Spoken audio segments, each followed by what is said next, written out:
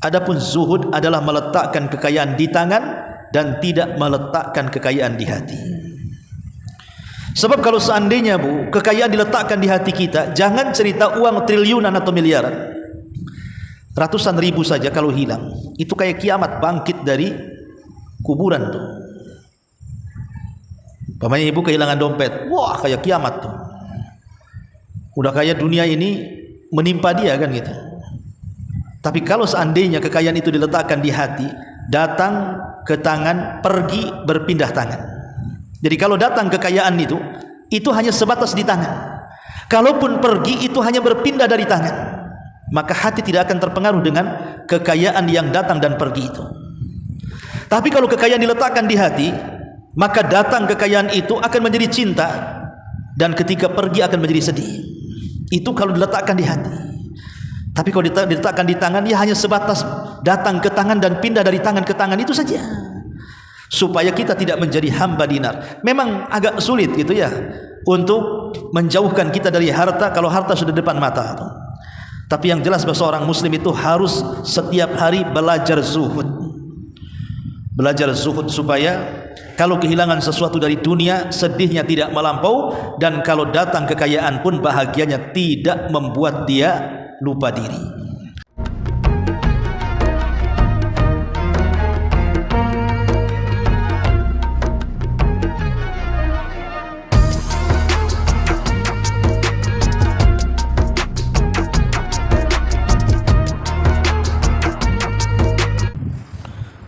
Bismillahirrahmanirrahim. Assalamualaikum warahmatullahi wabarakatuh. Alhamdulillah wassalatu wassalamu ala Rasulillah wa ala alihi wa sahbihi wa mawalah wa la hawla wa la quwata illa billahi wa ba'du. Alhamdulillah, segala puja dan puji hanya milik Allah subhanahu wa ta'ala. Salawat dan juga salam kita hadiahkan kepada Rasul kita Nabi besar Muhammad sallallahu alaihi wa ala alihi wasallam. Alhamdulillah, di pagi menjelang siang ini kita bisa kumpul kembali di Masjid Nidaul Ilmi, dan pembahasan di siang ini kita akan membahas satu hadis Nabi sallallahu alaihi wasallam tentang bahayanya menjadi hamba dunia. Kita baca hadisnya. An Abi Hurairah radhiyallahu anhu qala qala Rasulullah sallallahu alaihi wasallam ta'isa abdu dinar, ta'isa abdu dirham, ta'isa abdu al-khamisati, ta'isa abdul khamilati, in u'tiya radiya wa illam yu'ta sakhita, ta'isa wantakas wa idha shika falan taqas, tuba li abdin akhadha bi inani farashihi fi sabilillah, ash'atha ra'sahu mughbiratan qadamah, in kana fil hirashati kana fil hirashah, wa in kana fi saqati kana fi saqati, in ista'dhana lahum yu'dhana lahu, wa in syafa'a lam yusyaffa'. Rawahul Bukhari. Dari Abu Hurairah radhiyallahu an, Rasulullah sallallahu alaihi wasallam bersabda, celakalah hamba dinar, celakalah hamba dirham, celakalah hamba kain dari sutra, dan celakalah hamba pakaian dari bludru. Jika diberi maka dia redha, jika tidak diberi maka dia murka. Celaka dan merugi. Apabila tertusuk duri maka ia tidak dapat mengeluarkannya. Sebaliknya bahagialah seorang hamba yang memegang kekang kudanya dalam rangka berjihad di jalan Allah, rambutnya kusut dan kedua kakinya berdebu. Bila ditugaskan berjaga maka ia berada di bagian yang ia berjaga, dan apabila ditugaskan di barisan belakang maka ia berada di barisan belakang. Bila meminta izin maka dia tidak diizinkan, dan bila memberi syafaat rekomendasi maka dia tidak dikabulkan. Hadis ini dikeluarkan Al-Imam Al-Bukhari. Ma'asyiral muslimat, ibu-ibu yang dimuliakan Allah Subhanahu wa taala. Hadis ini menjelaskan tentang dua kelompok. Kelompok yang pertama bicara tentang hamba-hamba dunia yang keinginan hidupnya hanya untuk dunia saja.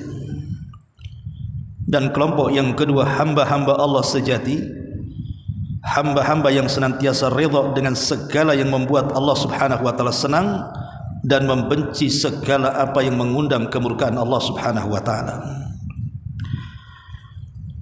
Bicara soal dunia, ma'asyiral muslimat yang dimuliakan Allah Subhanahu wa taala. Hakikat dunia ini kalau kita merenung sedikit, pertama, dunia ini sesuatu yang sedikit. Allah Subhanahu wa taala berfirman, "Kul mata'ud dunya qalilun." Katakanlah, kenikmatan dunia itu sedikit dan tidak banyak. Dan itu dijelaskan dalam sebuah hadis. Nabi sallallahu alaihi wasallam bersabda dalam hadis Muslim, "Wallah mad dunya fil akhirati illa mithlu ma yaj'alu ahadukum isba'ahu fil yammi falyanzur bima yarji." Demi Allah, dunia ini kalau dibandingkan dengan akhirat hanya seperti seseorang dari kalian yang mencelupkan satu jemarinya ke lautan, kemudian dia mengangkatnya, maka lihatlah apa yang ada pada jarinya. Paling hanya setetes yang ada di jari itu. Itulah dunia.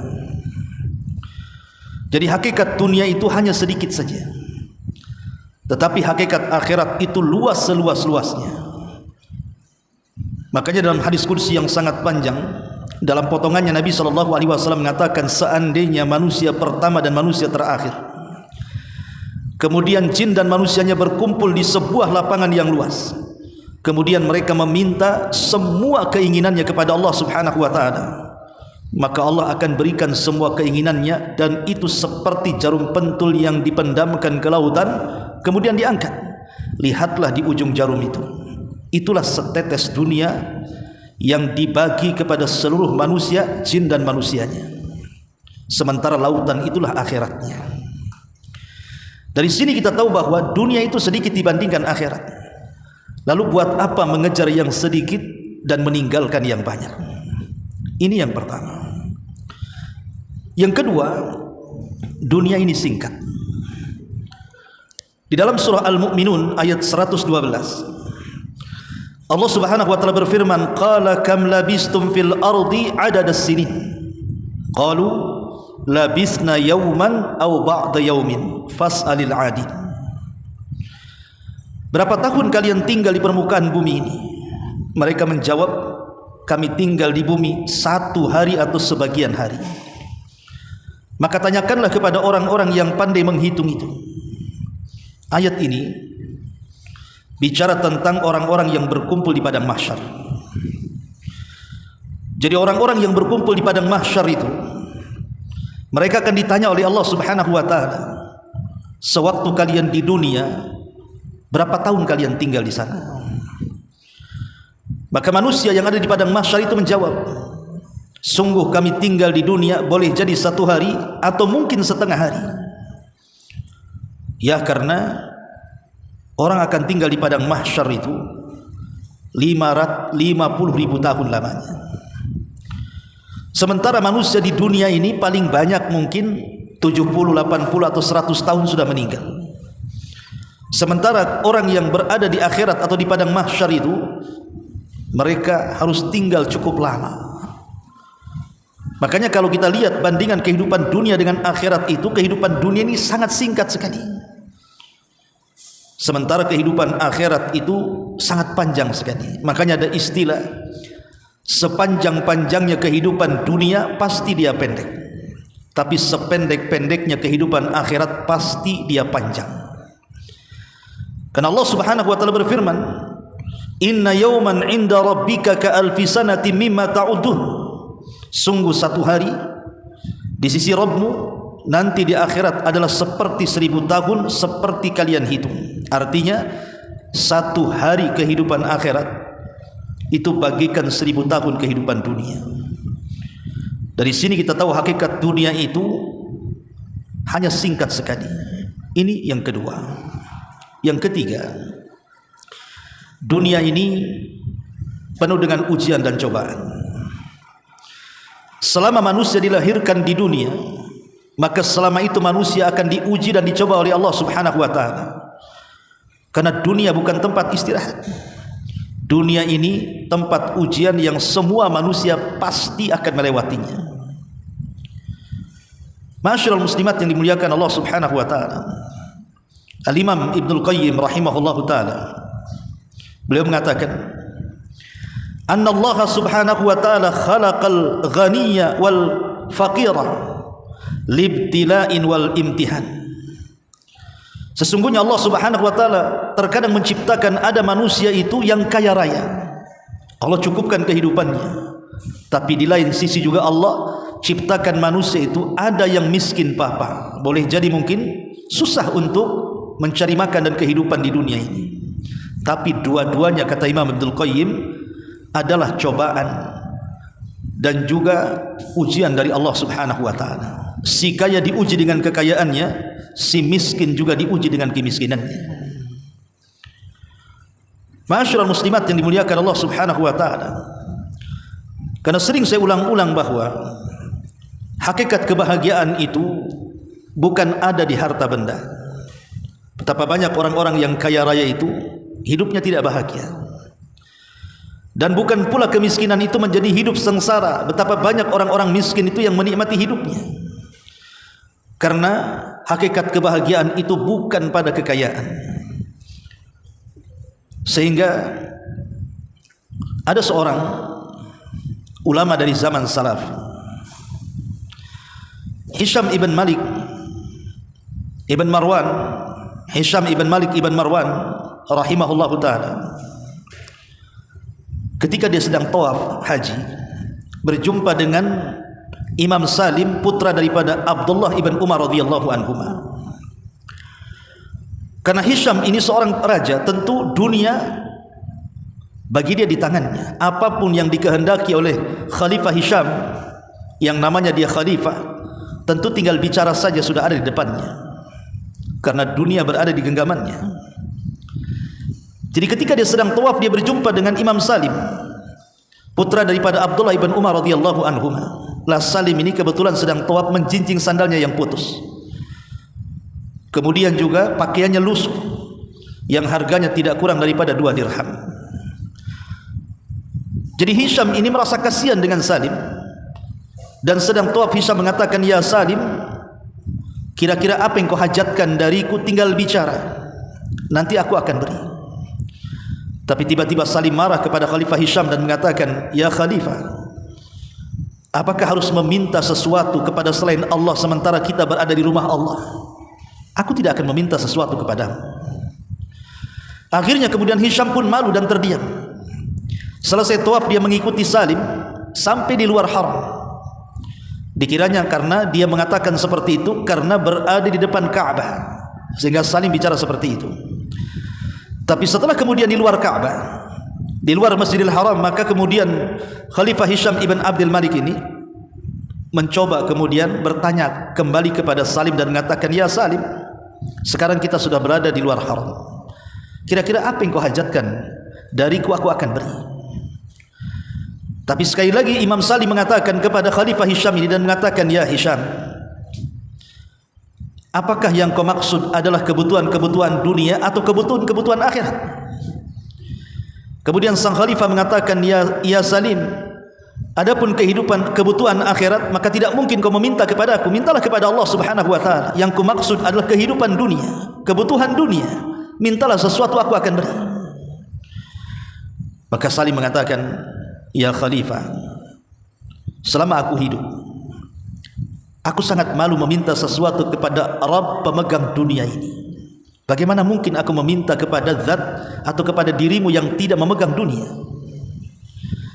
Semasa hidup saja aku malu meminta sesuatu kepada zat pemegang dunia, Allah Subhanahu wa taala. Dialah yang memiliki dunia. Macam mana aku akan meminta kepada orang yang tidak memegang dunia? Karena dunia ini milik Allah Subhanahu wa taala." Maka kemudian sang khalifah pun menangis kemudian mengatakan, duhai kiranya aku seperti Salim. Ma'asyiral muslimat yang dimuliakan Allah Subhanahu wa taala, begitulah hakikat dunia. Kita ini tidak memilikinya, semua milik Allah Subhanahu wa taala. Semua datang dari Allah dan akan kembali kepada Allah Subhanahu wa taala. Dan dunia ini ujian terberat bagi kita manusia.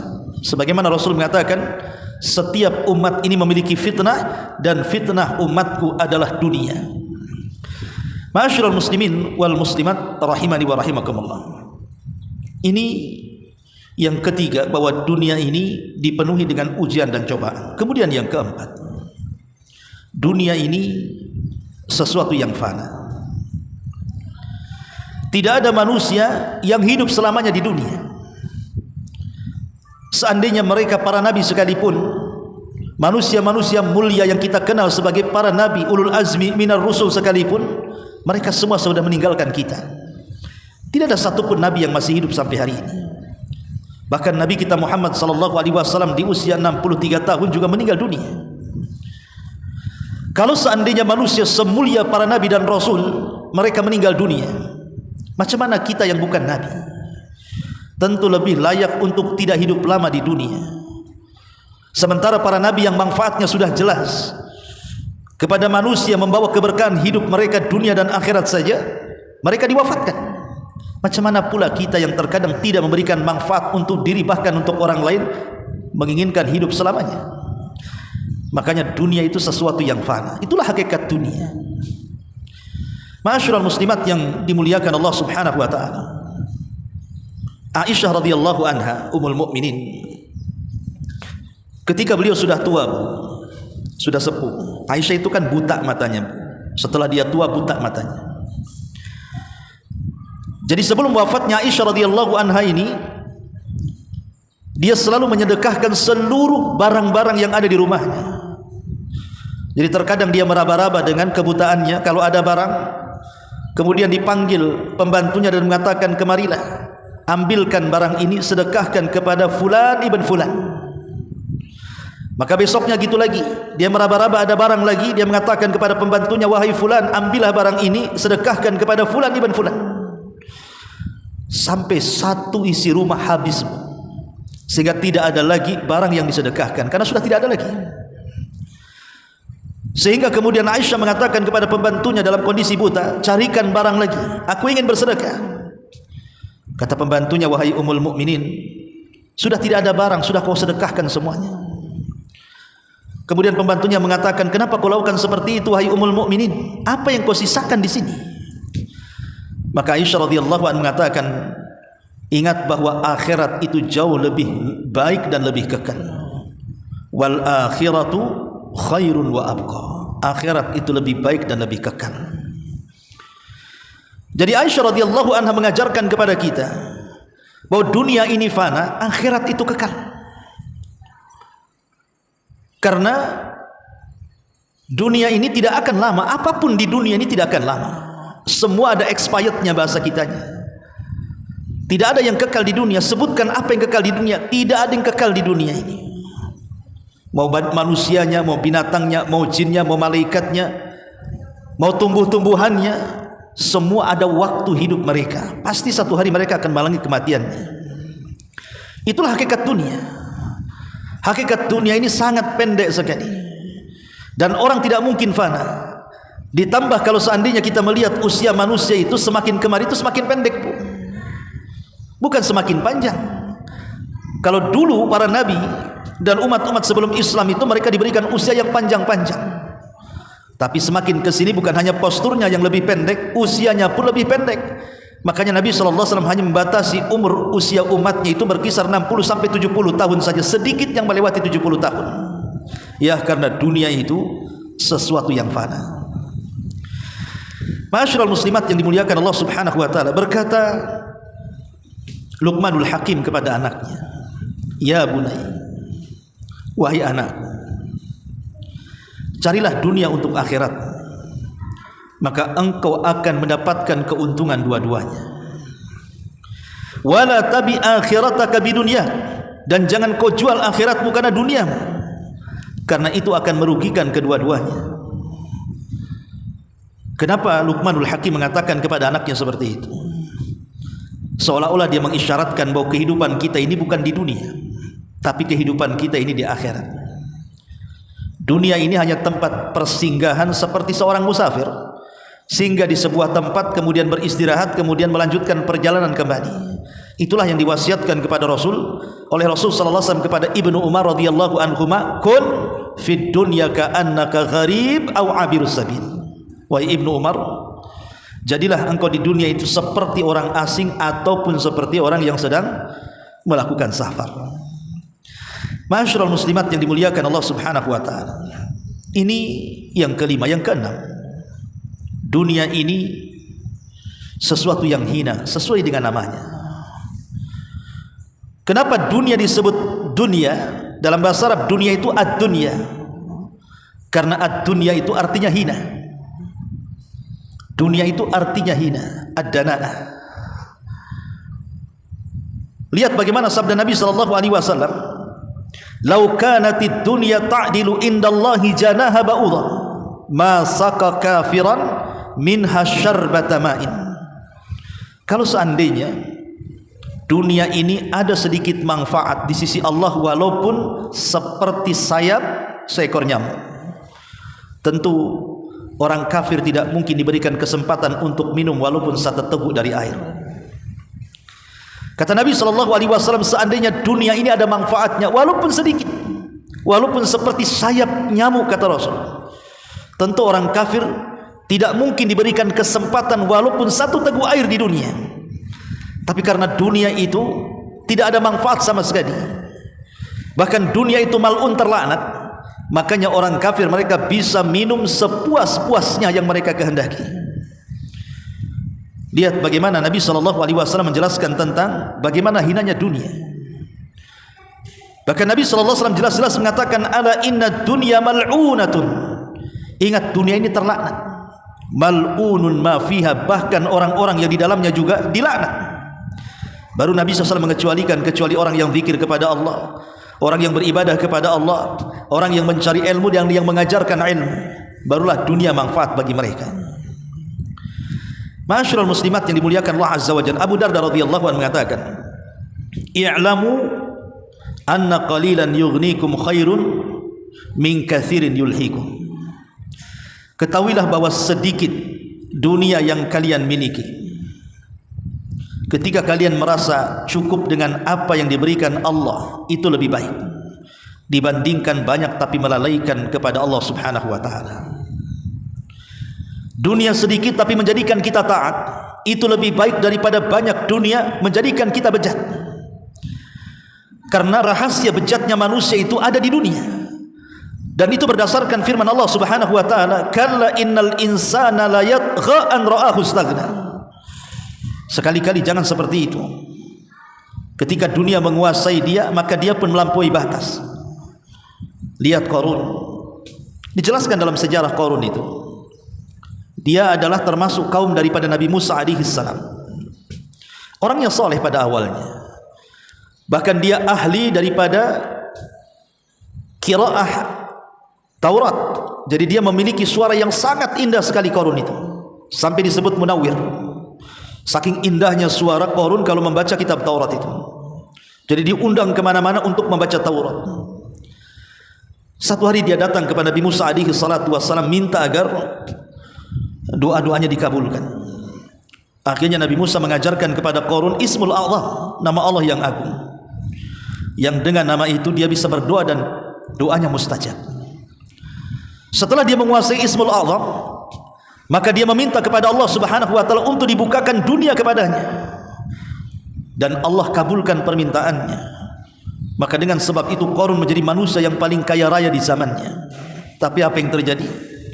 Ketika dunia dibentangkan kepada Qarun, bukannya dia mengabdi kepada Musa dan memperjuangkan agamanya, justru dia menghina Musa dan hendak membunuhnya. Apa yang terjadi?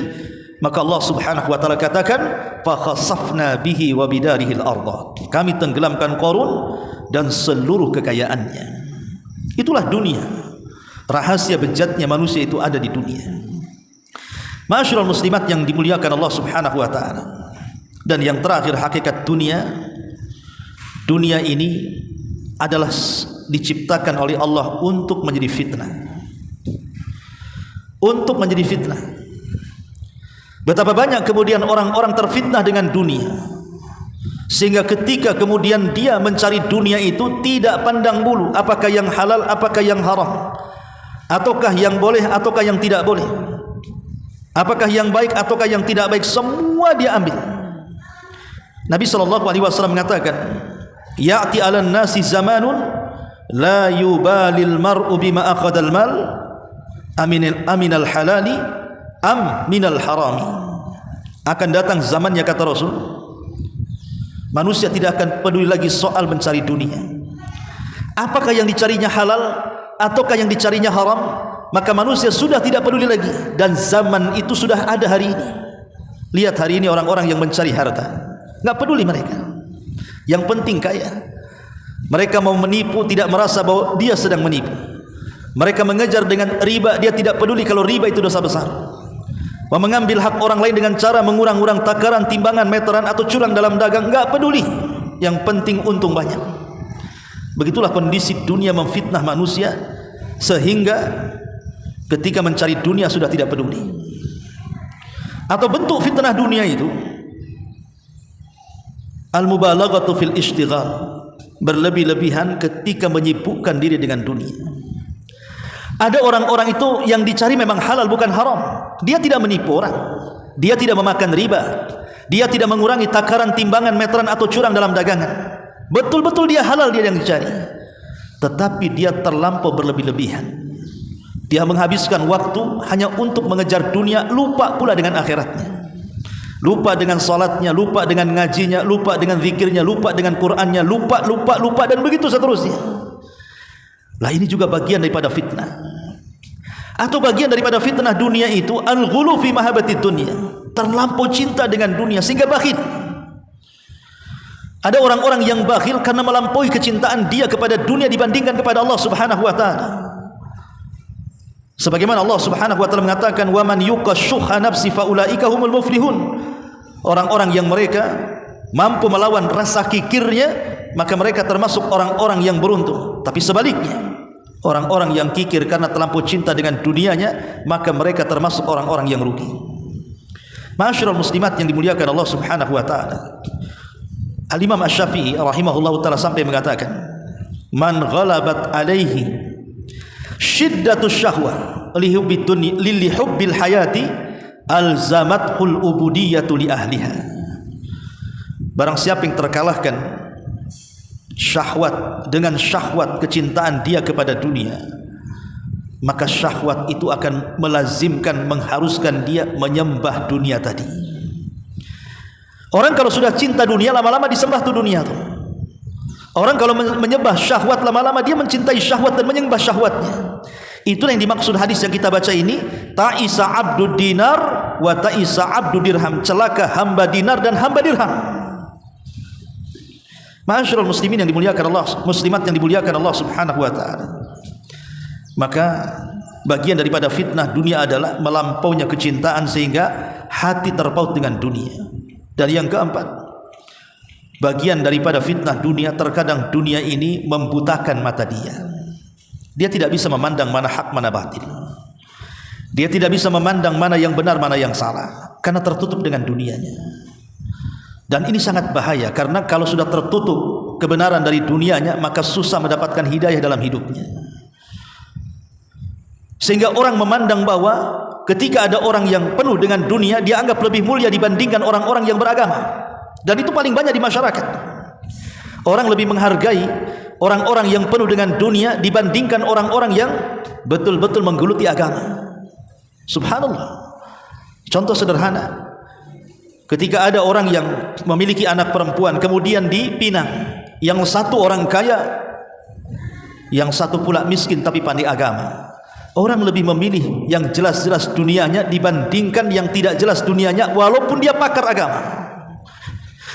Lah inilah kalau sudah dunia menutup, dia tidak bisa lagi memandang mana kebahagiaan untuk dunia dan akhiratnya, mana kebahagiaan yang hanya semata-mata dunia tapi tidak sampai ke akhiratnya. Itulah fitnah dunia. Ma'asyiral muslimat yang dimuliakan Allah Azza wa Jalla. Baik, perhatikan hadis ini. Nabi SAW mengatakan, ta'isa abdu dinar wa ta'isa abdu dirham. Celaka dan binasa hamba-hamba dinar dan hamba-hamba dirham. Hamba dinar, hamba dirham ini kinayah daripada hamba uang. Ya, kalau kita katakan mata uang di dunia ini kan macam-macam. Bisa rupiah, bisa ringgit, bisa dolar, bisa euro, bisa real, macam-macam. Bisa junai dan begitu seterusnya. Maka terkadang ada di antara manusia, kalau di negeri kita tentu hamba rupiah, kalau di Malaysia mungkin hamba ringgit, kalau di Singapura hamba dinar, itu hamba dolar dan begitu seterusnya. Apa maksudnya di sini? Hamba itu artinya menundukkan diri kepada tuannya. Jadi kalau Abdullah hamba Allah artinya menundukkan diri kepada Allah yang menciptakannya. Ketika disebut abdu dinar, hamba dinar atau hamba dirham, artinya dia menundukkan diri kepada dinar dan dirham, kepada rupiah, ringgit dan dolar dan begitu seterusnya. Karena begini Bu, logika. Ada orang-orang itu ketika dia miskin, dia masih punya cita-cita baik.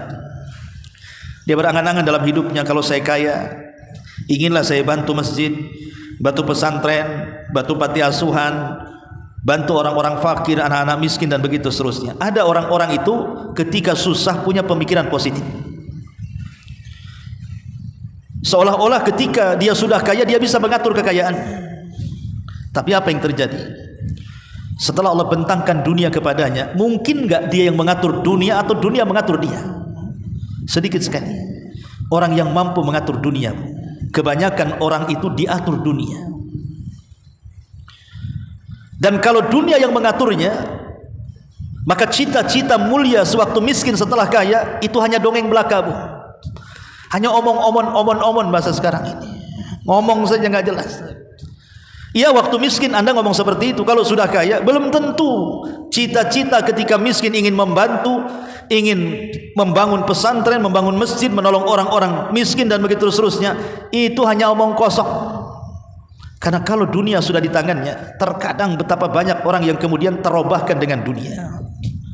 Umar bin Khattab radhiyallahu anhu, ketika dia mendengar Palestina jatuh ke tangan kaum muslimin dalam perang Al-Quds yang dipimpin oleh Abu Ubaidah ibn Jarrah dan juga Khalid bin Walid radhiyallahu anhuma, kebetulan padri yang memegang kunci Baitul Maqdis, dia tidak mau menyerahkan kunci itu kecuali kepada khalifah kaum muslimin, maksudnya Umar ibn Khattab. Akhirnya kemudian Umar pun datang dengan Aslam pembantunya berdua saja dari kota Madinah menuju Palestina. Subhanallah, berani dia berdua saja, padahal dia pemimpin kaum muslimin kan. Dia tidak takut di jalan dicegat orang dan begitu seterusnya kan. Tapi itulah Umar bin Khattab. Ketika sampai di Syam, di Palestina, maka dia bertanya kepada orang-orang, di mana tenda pemimpinku Abu Ubaidah ibn Jarrah. Akhirnya kemudian orang-orang mengantar Umar bin Khattab radhiyallahu anhu ke tendanya panglima perang Abu Ubaidah ibn Jarrah radhiyallahu anhu, satu di antara 10 sahabat yang dijanjikan masuk surga itu. Ketika masuk kepada tendanya, rupanya di tenda jenderal perang Abu Ubaidah ibn Jarrah itu tidak ada satupun barang berharga di situ. Aneh, seorang jenderal yang sudah mengalahkan negeri-negeri dan negara-negara, dia tidak pernah mengoleksi barang-barang mahal di tendanya. Kosong, tidak ada apa-apa. Kemudian Umar bin Khattab radhiyallahu an ingin menguji lagi. Dia bertanya kepada pengawalnya dan mengatakan, coba tanya apa yang dimakan Abu Ubaidah dengan apa yang dimakan prajurit perang yang ada di sini. Akhirnya datangkan makanan, rupanya apa yang dimakan Abu Ubaidah itu pula yang dimakan para prajuritnya. Tidak bisa dibedakan makanan jenderal dengan makanan prajuritnya. Maka Umar bin Khattab radhiyallahu anhu ketika berjumpa dengan Abu Ubaidah, dia menangis dan mengatakan, ya Abu Ubaidah, kulluna ghayyaratna dunya illa anta ya Abu Ubaidah. Wahai Abu Ubaidah, kami semua terobahkan dengan dunia kecuali engkau. Kami semua dirobah dengan dunia kecuali engkau wahai Abu Ubaidah. Subhanallah. Umar mengatakan kulluna, kita semua. Ini yang mengatakan Umar radhiyallahu anhu, manusia terbaik kedua setelah Abu Bakar, setelah Nabi. Dia mengatakan kulluna ghayyaratna dunya, kami semua terubahkan dengan dunia kecuali engkau wahai Abu Ubaidah. Kalau Umar saja mengatakan kami semua terubahkan dunia, apalagi kita yang ketika miskin berangan-angan, bercita-cita kalau sudah saya kaya saya akan begini dan begitu. Kedabrus saja bahasa saya itu, enggak jelas omongannya. Karena kalau sudah kaya pasti dunia akan merubah dia, bukan dia yang merubah dunia. Masyarul muslimat yang dimuliakan Allah Azza wa Jalla, kalau dahulu di zaman Bani Israel ada orang namanya Bal'am ibn Ba'urah, orang yang termasuk abid min ubadi Bani Israel, terkalahkan dengan dunia dan mati su'ul khatimah. Apalagi kita. Maka kalau beramal itu tidak usah nunggu kaya, sebab kalau sudah kaya belum tentu dia beramal. Sekarang inilah yang kita hadapi. Karena kata Imam Hasan Al-Basri rahimahullahu ta'ala, waktu yang sudah lewat tidak mungkin kembali, waktu yang akan datang belum tentu kita akan sampai di waktu itu. Maka yang memungkinkan waktu sekarang yang sedang kita jalani. Itulah beramal saleh. Masyarul muslimat yang dimuliakan Allah subhanahu wa ta'ala. Makanya kemudian Nabi SAW mengatakan ta'isa abdu dinar wa ta'isa abdu dirham, celaka hamba dinar, hamba dirham, hamba rupiah, hamba dolar, hamba-hamba yang lainnya. Karena betapa banyak orang yang terubahkan kehidupan akhiratnya karena dunia yang dimilikinya. Betapa banyak orang baik jadi jahat setelah punya dunia. Betapa banyak orang saleh jadi toleh karena dunia. Bahkan dunia ini merusak segalanya. Suami istri bisa bercerai gara-gara dunia. Teman yang akrab yang baik bisa bermusuhan gara-gara dunia. Ahli waris bisa bunuh-bunuhan karena dunia. Dan begitu seterusnya. Ya. Makanya jangan sampai kemudian kita hambakan diri kita ini dengan dunia. Dengan cara apa? Cukuplah dunia ini diletakkan di tangan kita, jangan sampai masuk ke hati kita. Itulah yang disebut dengan zuhud artinya. Zuhud itu meletakkan dunia di tangan dan tidak meletakkan dunia di hati. Hati ini fokus untuk Allah. Makanya Hasan al-Imam Sufyan al-Thawri rahimahullahu ta'ala, Sufyan al-Thawri rahimahullahu ta'ala pernah ditanya, wahai Imam, Sufyan ini kan orang kaya raya dan dia juga ulama. Kemudian dikatakan kepada Imam Sufyan al-Thawri, ya Imam, engkau ini selalu bicara tentang pentingnya zuhud di mimbar-mimbar, sementara engkau kaya.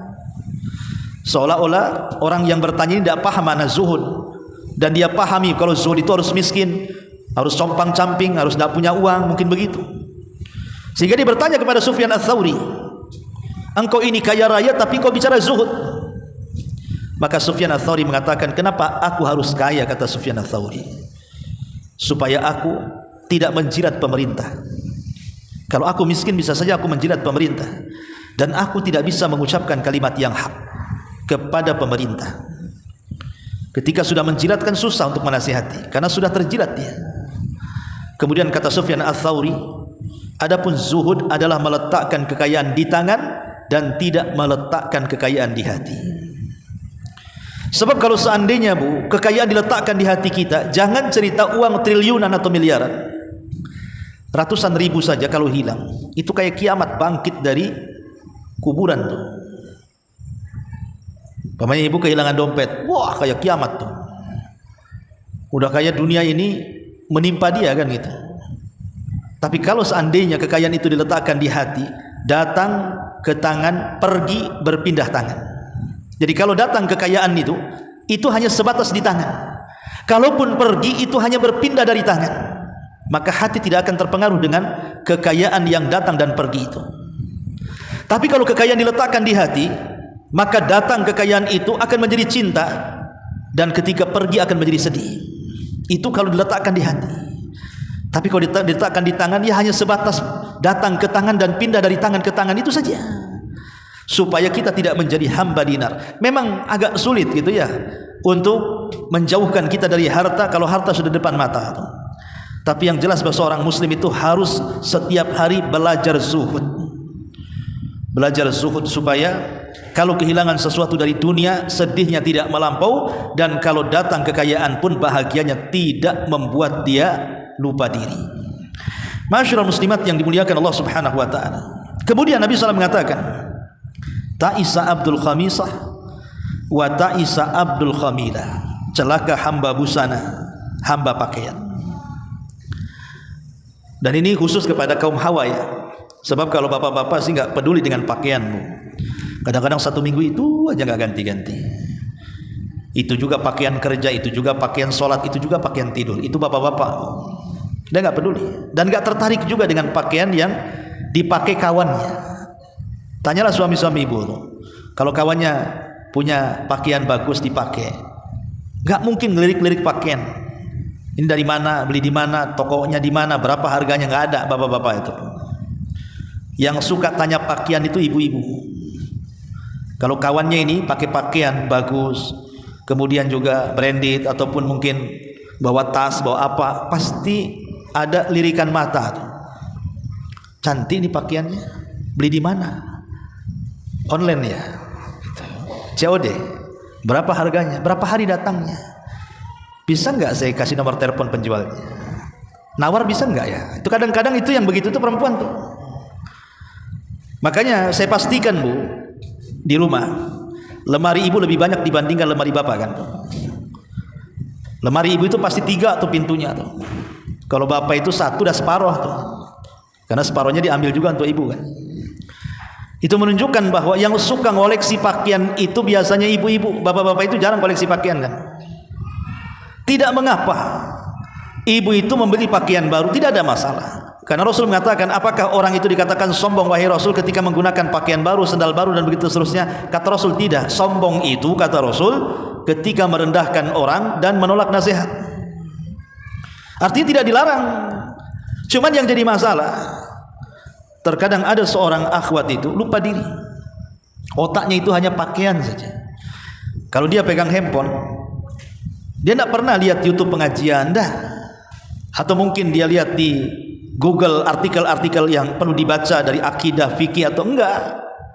Itu yang dibuka Tokopedia atau mungkin aplikasi belanja yang lain yang dilihat itu kalau enggak sandal, tas, pakaian kan gitu. Padahal ibu bukan penjual juga. Kalau penjual sudah wajar ya. Lah ketika kemudian ibu disibukkan setiap hari seperti itu, hanya kemudian mengecek harga pakaian, model pakaian, harga tas, model tas, harga sandal, model sandal dan begitu seterusnya. Seolah-olah waktunya hanya untuk itu saja. Itulah yang disebut dengan ta'isa abdul khamisati wa ta'isa abdul khamilati. Celaka hamba busana. Ibu sudah menghambakan diri kepada busana, kepada tas. Ujung-ujung tasnya jadi tuhannya, sandalnya jadi tuhannya, pakaian jadi tuhannya, perhiasan jadi tuhannya, dan begitu seterusnya. Nabi SAW sudah melarang 14 abad yang silam kan? Dan sekarang jadi sebuah kenyataan. Itu umahat yang sudah ngaji. Jangan cerita umahat orang-orang yang awam di luar sana. Oh, lebih parah lagi yang sudah ngaji saja parahnya gak ketulungan, apalagi orang-orang di luar sana. Maka Rasul di sini mengingatkan jangan sampai jadi hamba pakaian. Pakaian itu hanya untuk menutup aurat. Makanya kenapa dilarang juga pakaian syuhrah itu? Syuhrah itu pakaian di mana ketika ibu memakai pakaian itu menjadi sorotan pandangan orang. Jadi di sini Nabi SAW mengatakan ta'isa abdul khamisati wa ta'isa abdul khamilah. Kemudian Nabi SAW mengatakan in u'tiya radhiya wa illam yu'ta sakhita. Kalau dia diberi maka dia senang. Kalau tidak diberi maka dia murka. Ada orang-orang yang seperti ini dalam kehidupan dunia ini. Ada orang yang suka menengadahkan tangan di bawah dan tidak suka memberi tangan di atas. Kan ada orang-orang yang kita katakan mengemis, meminta-minta, berpangku tangan kepada hidupnya orang. Kalau dikasih senang dia kan, tapi kalau dikasih dia murka. Padahal sebaik-baik rizki itu adalah yang dicari dengan keringatnya. Lihat para nabi, mereka mencari rizki dengan keringatnya. Bahkan ada sebagian para nabi itu mereka ke hutan cari kayu bakar, diikat, dijual. Bahkan ada di antara mereka penggembala kambing seperti Nabi SAW, penggembala kambing dengan upah yang sangat sedikit, alal qararit kata hadis itu. Luar biasa ya. Ma'asyiral muslimat yang dimuliakan Allah Subhanahu wa taala. Sebagian para ulama ketika mensyarah kalimat ini dikatakan idza a'tahu Allahu syai'an rubbama yafrah lidzalik wa yansyarih sadrahu. Wa idza ma a'tahu Allahu qala rabbi ahanan, sakhita ala rabbi wa sakhita ala al-qada'i wal qadari. Mana yang pertama? Maknanya kalau dia diberi dia ridha, kalau tidak diberi dia murka. Artinya boleh jadi ketika Allah Subhanahu wa taala mudahkan rizkinya, sehingga Allah bentangkan kekayaannya, dia pun meyakini, oh Allah sedang memuliakan aku, katanya. Rabbi akraman. Tapi kalau seandainya disempitkan rizkinya, maka dia mengatakan Rabbi ahanan, Rabbku sedang menghinakan aku. Ada orang yang seperti ini, Bu. Dulu pernah saya ceritakan, saya pernah ketemu orang. Orang sudah tua sekali. Orang ini enggak sholat, enggak pernah sholat, sudah tua, tapi dunia mudah bagi dia. Jadi dia cerita sama saya, rasanya Allah ini sedang memuliakan saya, nak, katanya. Jadi saya tanya, Bu, apa yang Allah muliakan kepada ibu? Iya, dulu saya punya suami pertama luar biasa, dia pedagang sampai punya toko banyak. Setelah meninggal semua warisannya diberikan kepada saya. Kemudian setelah itu saya menikah lagi. Suami saya orang kapal, nak, katanya. Itu tiap bulan dia ngirim duit, jarang pulang badannya, uangnya sering pulang. Qadarullah meninggal juga. Dapat lagi saya warisan, nak, katanya. Kemudian saya menikah lagi dengan pegawai negeri, orang pengadilan, katanya. Baru setahun meninggal pula dia, pensiunnya pula dikasih saya. Katanya, saya ini paling senang hidupnya, padahal nggak pernah sholat. Ada orang seperti itu kan, dia sangka dengan Allah memudahkan rizki dia, hidup dia kemudian dimuliakan Allah. Tidak, itu istidraj namanya. Istidraj itu artinya Allah lapangkan selapang-lapangnya rizkinya di atas kemaksiatan yang disukainya. Sampai pada waktunya, namanya istidraj itu pasti ada waktunya, hartanya akan hilang atau dia meninggalkan hartanya. Dan nanti pada hari kiamat dia harus mempertanggungjawabkan semua perbuatannya di hadapan Allah, tidak di dunia, di akhirat. Itulah istidraj. Masyaallah muslimat yang dimuliakan Allah Subhanahu wa taala.